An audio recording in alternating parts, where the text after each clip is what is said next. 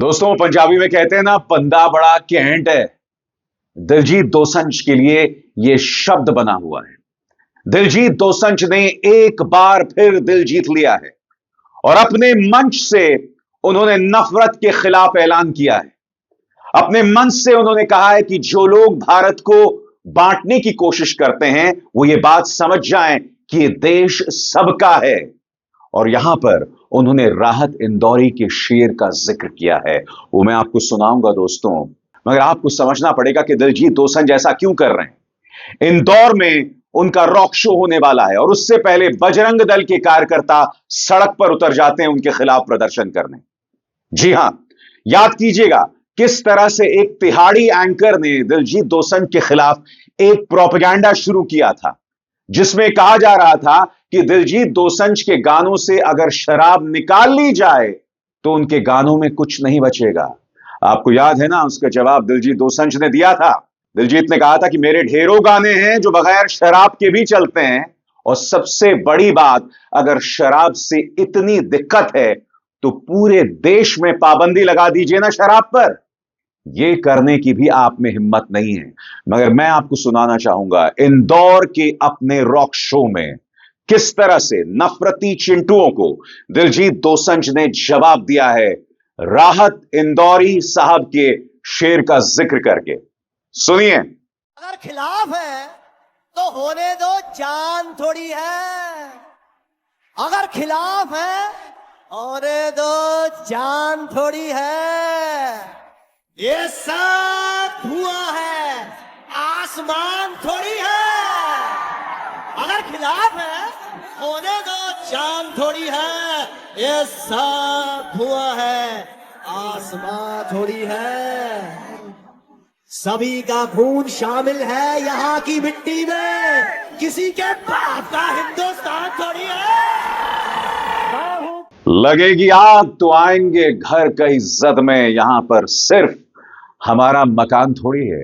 अमर शब्द हैं स्वर्गीय राहत इंदौरी के। और आपको समझना पड़ेगा, दिलजीत दोसांझ ने यह जो बात अपने शो के बीच में कही, इसे सिर्फ उनसे जोड़कर मत देखिएगा। आज देश में एक माहौल बनाया जा रहा है जहां पर एक सिटिंग जज, इलाहाबाद हाईकोर्ट का सिटिंग जज शेखर यादव यह कहता है कि यह देश बहुमत यानी हिंदुओं के हिसाब से चलेगा, जबकि आप जानते हैं दोस्तों, यह देश कानून और संविधान के हिसाब से चलता है। क्योंकि अगर बहुमत के हिसाब से यह देश चलने लग गया तो हम संविधान की अनदेखी कर रहे हैं, और जब हम संविधान की अनदेखी कर रहे हैं और इस संविधान के अंदर दलितों, पिछड़ों, वंचितों के लिए जो सुरक्षा है, आरक्षण से लेकर कानून तक, वो सब खत्म हो जाएगा। ये वो देश है जहां एक जज इस तरह की बातें करता है, जज में खुलकर इस्लामोफोबिया नजर आता है। मैं दोस्तों आपको कुरुक्षेत्र के गीता जयंती मेले का एक वीडियो दिखाना चाहता हूं। इसमें हिंदुत्ववादियों की एक भीड़ निकल रही होती है और भीड़ ये नारे लगा रही होती है कि मुसलमानों से मत खरीदो। उसके बाद ये भीड़ दो कश्मीरी व्यापारियों के दुकान में जाती है और उनके कपड़ों को जमीन में फेंक देती है। मगर आप जानते हैं, कुरुक्षेत्र के लोग उन नफरतियों को रोकते हैं, उन कश्मीरी व्यापारियों को बचाते हैं। जी हां, नफरत के खिलाफ इसी तरह से लोगों को खड़े होना पड़ेगा, क्योंकि आप जानते हैं जगह जगह इस तरह से बर्बादी की जा रही है। मैं चाहूंगा आप कुरुक्षेत्र के गीता जयंती मेले का यह वीडियो देखें। यह चिंतित करने वाला भी है, मगर जिस तरह से लोग उन कश्मीरी व्यापारियों के पक्ष में आते हैं, वो उम्मीद की एक किरण देती है। मैं उम्मीद करता हूं दोस्तों कि देश की जो जनता है इस नफरत से उभरेगी और इस नफरत के खिलाफ मोर्चा खोलेगी। देखिए क्या हुआ था।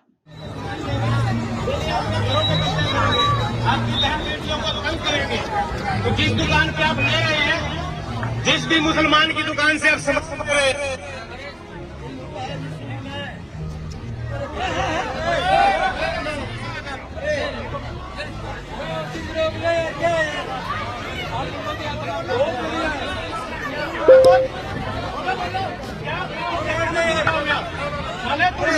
बांग्लादेशी, सारे बांग्लादेशी।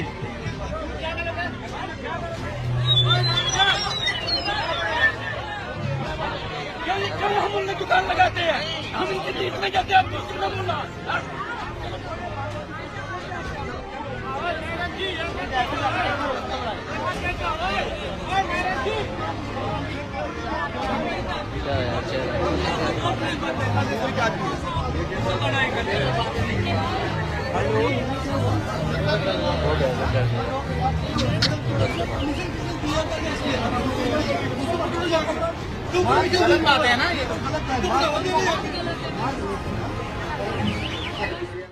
आपको याद है ना वो वीडियो दोस्तों, हिमाचल का वो वीडियो जिसमें पंचायत सभा की सदस्य एक महिला दो कश्मीरी व्यापारियों को कहती है कि तुम्हें भारत में रहने का कोई अधिकार नहीं है, अपने कश्मीर चले जाइए।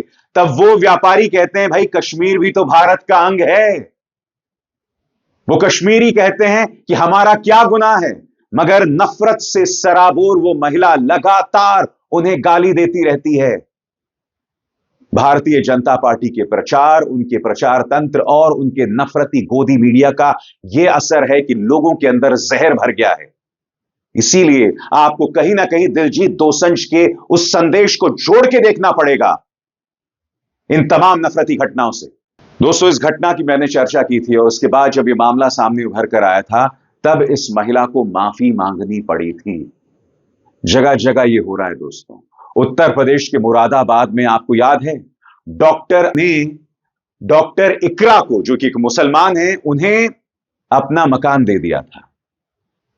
तब एक पूरी जमात सामने आ जाती है और कहती है कि हमारे मोहल्लों में मुसलमानों को बसने का अधिकार नहीं है। आखिरकार डॉक्टर इकरा और उनके परिवार को वो मकान छोड़ना पड़ा था। मुझे बताइए ना दोस्तों, यहां कौन असुरक्षित दिखाई देता है, किसका वजूद खतरे में है? और मैं दोष उन लोगों पर नहीं मढ़ रहा हूं जिन्होंने डॉक्टर इकरा को बाहर निकाला। दोष उस ब्रेन वॉशिंग का है जो हम पिछले 11 सालों से देख रहे हैं। आज जब दिलजीत दोसांझ कहते हैं कि लगेगी आग तो आएंगे घर कई जद में, यहां पर सिर्फ हमारा मकान थोड़ी है, तो उसके एक एक शब्द के मायने हैं। राहत इंदौरी साहब बहुत पहले इन शब्दों को लिख गए थे, मगर ये शब्द अमर हैं। और ये मत सोचिए दोस्तों कि अगर व्यापारियों पर, मुसलमानों पर एक भीड़ ये सब कर रही है, नहीं, ये भारतीय जनता पार्टी की शिक्षा का परिणाम है। आपकी स्क्रीन पर यह है केंद्र में मंत्री गिरिराज सिंह। मैं बताना चाहता हूं ये किस तरह से संविधान की धज्जियां उड़ा रहे हैं, किस तरह से झूठ बोल रहे हैं, संविधान के अनुच्छेदों के बारे में झूठ बोल रहे हैं। इनका बयान पहले पढ़िए दोस्तों। 1950 में ही नेहरू जी ने गजवाए हिंद की तैयारी कर रखी थी और इसके बाद देखिए गिरिराज सिंह किस तरह से संविधान के अनुच्छेदों की धज्जियां उड़ाते हैं, उसे मिस रिप्रेजेंट करते हैं, जो अपने आप में एक अपराध है, क्योंकि आप संविधान की इस तरह से धज्जियां नहीं उड़ा सकते। क्या कहते हैं? अनुच्छेद 25 धर्म परिवर्तन को मान्यता, अनुच्छेद 28 हिंदुओं से धार्मिक शिक्षा का अधिकार छीन लेना, लेकिन अनुच्छेद 30 अल्पसंख्यकों को धार्मिक शिक्षा देने का अधिकार सरासर गलत है दोस्तों। इतिहासकार अशोक पांडे ने उन्हें एक्सपोज किया है, मगर मैं आपके सामने अनुच्छेद 25 क्या कहता है, अनुच्छेद 28 क्या कहता है, वो पेश करना चाहता हूं। मैं क्यों गिरिराज सिंह की बात कर रहा हूं? क्योंकि ये वो गिरिराज सिंह हैं जिन्होंने इस सब की शुरुआत की थी 2014 में। जब मोदी जी सत्ता में आए थे तब इन्होंने कहा था कि जो मोदी जी की आलोचना करेगा वो पाकिस्तान चले जाए, और उसके बाद यही नफरत, इसी नफरत में इस देश को सराबोर कर दिया गया।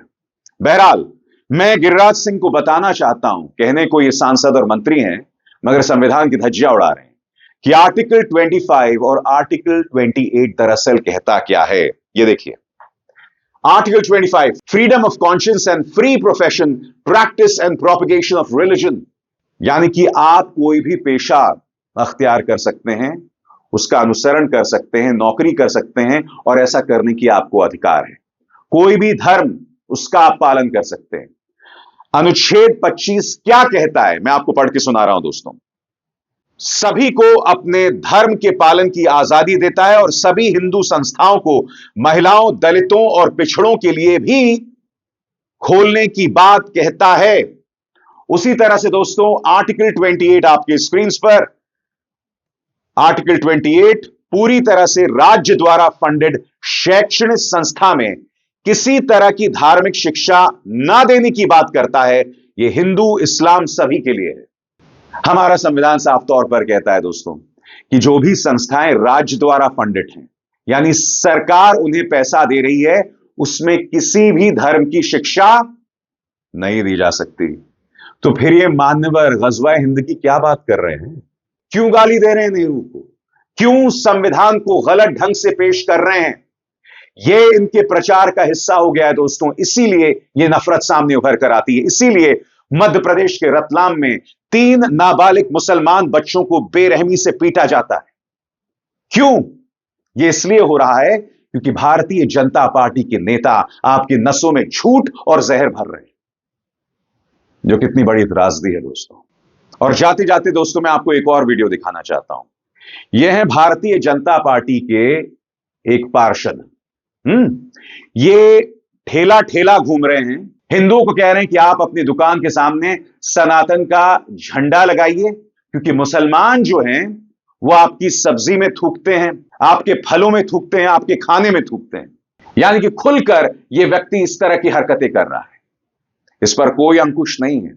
और बात यहां नहीं रुकती है। यह व्यक्ति यह भी कह रहा है कि आप अपने ठेलों के बाहर अपना नाम लिखें। कहने को व्यक्ति यह पार्षद है दोस्तों, मगर आपको याद होगा जब उत्तर प्रदेश की सरकार ने यह फरमान जारी किया था कि दुकानों के बाहर लोग अपना नाम लिखें, अपना धर्म लिखें, तब सुप्रीम कोर्ट ने इसके खिलाफ आदेश जारी किया था और उत्तर प्रदेश सरकार के उस आदेश को खत्म कर दिया था।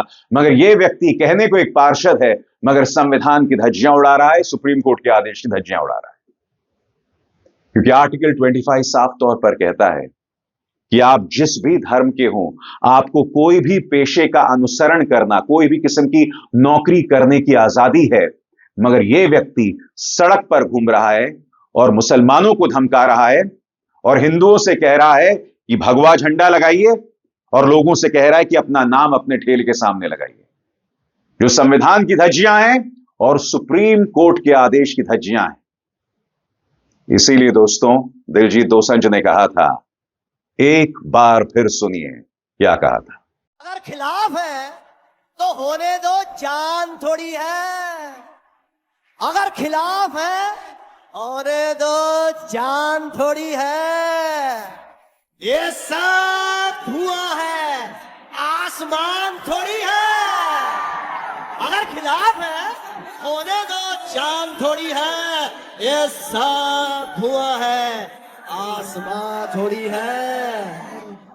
सभी का खून शामिल है यहाँ की मिट्टी में, किसी के बाप का हिंदुस्तान थोड़ी है।